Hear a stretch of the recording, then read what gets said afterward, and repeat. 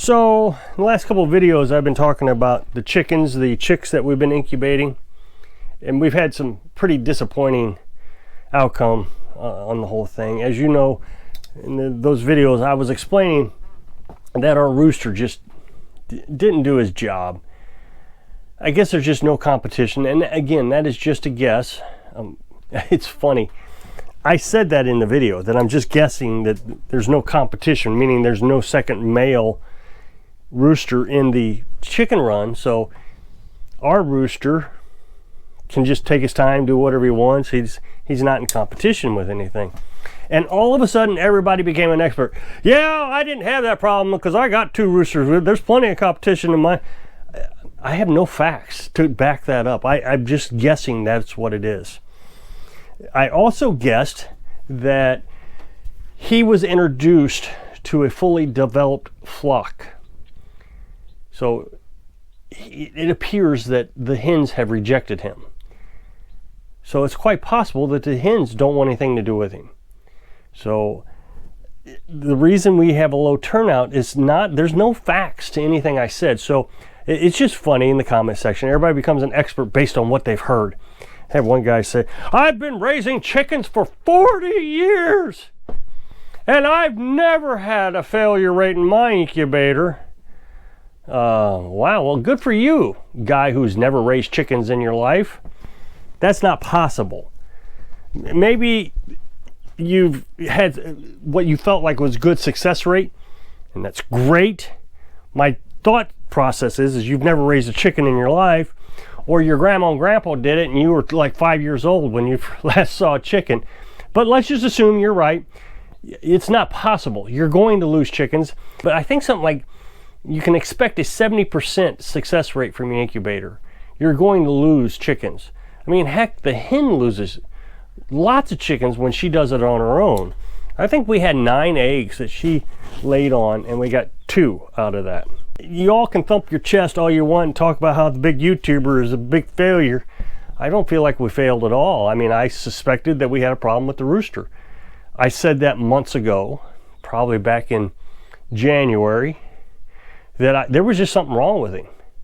That doesn't make me a failure. That makes it, oh, I've observed something and we can take corrective action to fix it. We did get one to incubate early yesterday. And then we had a second one, I said incubate, hatch, early yesterday morning. I think it was around probably 7 or 8 o'clock in the morning. Well, then later that afternoon, we got another one to hatch. So we've put them in here. I was kind of feeling bad for the first one because he didn't have anybody to buddy up with. And then when the second one hatched, I felt bad for the second one because the first one was so lonely for so long, you wouldn't leave him alone, and he really needed some rest. But today they're doing much better. So we temporarily put them in this cat crate, cat carrier, what do you want to call it, just so they can hang out. And then tomorrow we're going to, well, I'll talk about tomorrow a little bit more in a minute. So I've got a water bottle in here of hot water. Now we have an on-demand water heater, so I can get that water really hot. It burns my hand. I can barely touch it to put it in there. And that keeps them warm. But we kept them in the incubator all day yesterday and last night with the thought process that we wanted to keep them warm. We put a little bit of water in there. Now they don't need any water or food for 3 days according to everybody. Hatcheries, everything. I'm trying to keep him from walking out. So that way we could keep them warm. And then this morning when I started the wood stove, it was 84 degrees in here. And I thought, well, this is a good time to take them out. That way they can adjust to a cooler temperature, but not really cool temperatures. So the incubator was at 100.5 degrees. And I took them out and brought them into the house, into this crate at 84 degrees. So they had a 16-degree drop, and they were cold. You know, you walk in from outside into a hot building, you can get pretty hot pretty quick. Or if you walk from an air-conditioned building out to a hot parking lot, it gets really hot really quick. But you can adjust, and so I just wanted to give them some time to adjust. So they're not hanging out on the water bottles near as much as they were. But we got their food and water in there. And I don't know. I knew they'd both be black because the rooster was black. But Carolyn says she can tell the difference between them because of claws. This guy's got yellow claws, and this guy's got black claws. So we don't know if they're male or female. Hopefully they're female. So I don't consider it a failure. I consider that we got what we kind of predicted was going to happen back in January. There's something wrong with the rooster. Don't know what it is, but we're going to take action to correct it so it doesn't happen next spring. So the action that we're going to take is we're going to buy some more chickens. Tomorrow, we're going to go over to that farmer lady that we go to. Well, we've went to there, I guess one time before. I feel like we've been there twice, but it doesn't matter. We might have been there twice. I don't remember. We're going to get speckled suckets. As soon as I try to get it out of my mouth, I couldn't pronounce it. And we're going to get Easter eggers, so 10 of each. Now, I call them Americanas. I don't think there's a difference. A lot of people think there's a difference. And I think why they think there's a difference is so they can charge more money for Americanas. But I think they're the same thing. It doesn't matter to me. They produce colored eggs, blues and greens. They're really pretty. Now, she said that she has identified all of them as female hens. So that's called pullets. And if it was a mixed batch where they didn't check at all, then it would be called a straight run. So she's saying they're all females. Well, we've been to her place before, and we did it before. It asked for females. And what she does, she checks the wings. There's two ways to check it. You can check their actual reproductive organs, or you can check their wings. Checking the reproductive organs is about 90% effective. They get it right about 90% of the time. But every time we have gotten chickens from the hatchery that we wanted a specific sex, we've gotten more than 10%. So I don't know how accurate that is. Now, when she does it by the wings, it's even less accurate. It's about 75% accurate. So if we get 20 and the 75% is correct, then we would get about 5 roosters, which is perfect. We'll butcher 3 of them and keep 2. That should give us enough roosters to keep up with the chickens.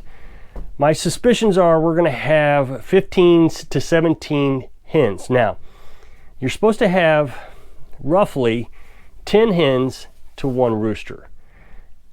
We're going to have 10 and 7. So it would be a little stretch there. But that's where we were with Frenchie and Rue. We had Frenchie and Rue, and they eventually got pretty aggressive with the hens. I think what I'll do next time, instead of butchering both chickens, I would just butcher 1 chicken. If they start getting too aggressive like they did, I'll just butcher 1, and then we can analyze what we need to do from there.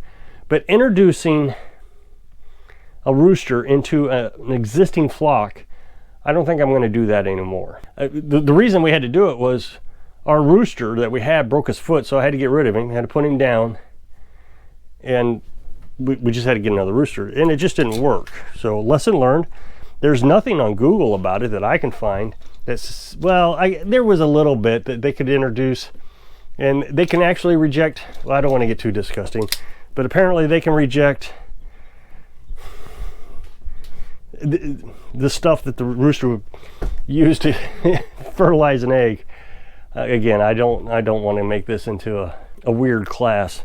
Carolyn and I have been talking about this quite a bit, and so what this will end up doing, we want 3 generations of chickens. I've talked about this quite a bit. So we'll have a 3-year-old generation, a 2-year-old generation, and first-year generation. I guess that's how you would look at it. So let's just say these 2 are year 1. Then next year we will do this again, and so then these 2 chickens would be year 2, and then we'd have a year 3. So that way every year we would be butchering the oldest chickens. The second year chickens would go into a molt around November, so they stop producing eggs at that time. As those chickens have stopped producing eggs, the year 1 chickens would start producing eggs. They don't go into a molt they'll just start producing right at that time. So we would lose eggs from the first batch of chickens, the second 2 year, and then the first year would pick it up. So at the same time, while all that is happening, in the springtime, we would butcher the third year. That way we don't have to house 3 generations of chickens at the same time. When we have a flock that hatches, we would immediately start butchering the oldest flock. That way we'll always have 2 chickens, 2 age groups, going through the winter. And then as soon as spring came up, we'd incubate a 3rd generation and butcher the 1st generation. That should give us roughly 10 eggs a day every day. Roughly. That's the goal. Now we eat easily 10 eggs a day every day. We have tried this for several years now, and it just hasn't worked. We were on the road to success a couple years ago, but we had a dog attack and just threw the whole thing into chaos and got all goofed up. And then that spring, we didn't incubate. We were thinking about it, but her son came to stay with us for a period of time. So we got the camper, we were trying to fix that up. I was trying to improve the solar panels. So we decided to skip that year. And well, as a result, we're down to 1 generation of chickens. So we'll get there. This will give us 2 generations. And then I guess next spring, we would butcher the oldest chickens that we have down there. That would continue. Then these 2 right here would give us eggs every day. And then the new generation next spring would start giving us eggs around November. It's a good plan if we can get it to work. Now I know a lot of people seem to think that I'm just a rookie when it comes to chickens. Carolyn and I have raised chickens most of our lives. We've had a few intermissions, but we've raised chickens. Sometimes things just don't work. It's just the way it works that way. So we're going to end up spending about $80 on chickens is where we're at to get 20 chickens. It's a little pricey, but it'll get us started and going again and take care of our rooster problem. If we have too many hens, say there's less than 5 roosters, so if we have too many hens, we'll butcher them too. A little bit of a waste of money butchering chickens when they've not done anything like roosters, but what are you going to do? You got to do something, and this is just keep us going. So if you'll click this up next box, it'll take you to a video where I was showing you that 1 chicken yesterday. So if I can inspire you to keep working through your problems when you're living your dreams. Thanks for watching.